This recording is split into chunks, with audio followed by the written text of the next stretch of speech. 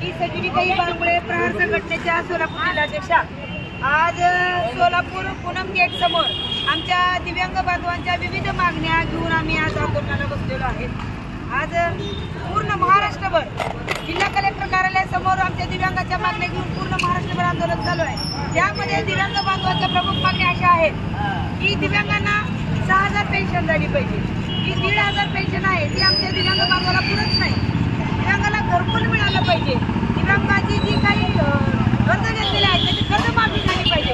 दिव्यांगाला दिव्यांग भवन झालं पाहिजे। जो आमदार खासदार निधी आहे, जे ग्रामपंचायत पंचायत समितीचा निधी आहे, तो दिव्यांगाचा निधी वाटप झाला पाहिजे। आतापर्यंत बऱ्याच वेळा आम्ही दिव्यांग बांधवांच्या विविध मागण्यांसाठी वारंवार संबंधित अधिकाऱ्याला निवेदन देतोय, आंदोलन करतोय, तरी सुद्धा कुठल्याही अधिकाऱ्याला जाग आलेली दिसून येत नाही।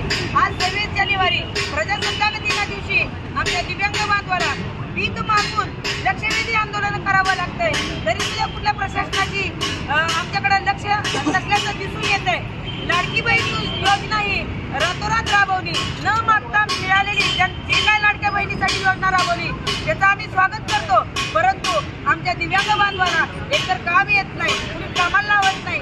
हे बरेच दिव्यांग बांधव ज्याला बोलता येत नाही, ज्याला चालता येत नाही, ज्याला ऐकता येत नाही, ज्याला म्हणजे बोलता येत नाही, मतिमंद आहे, त्या दिव्यांग बांधवाला पेन्शन वाढ करायची सोडून आतापर्यंत प्रत्येक वेळी आमच्या दिव्यांग बांधवाला दुर्लक्षित घटक म्हणूनच प्रशासन बघतंय।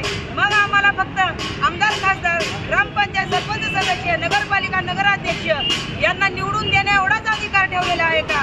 आम्हाला जर मतदानाचा अधिकार दिला आम्ही नेते मंडळी निवडून देऊ शकतो, मग आमच्या विविध मागण्यासाठी आम्हाला का रस्त्यावर बसावं लागतं? आजची ही जी वेळ आलेली आहे प्रजासत्ताक दिना दिवशी आम्हाला भीक मागून लक्षवेधून प्रशासनाची घ्यायची वेळ आलेली आहे।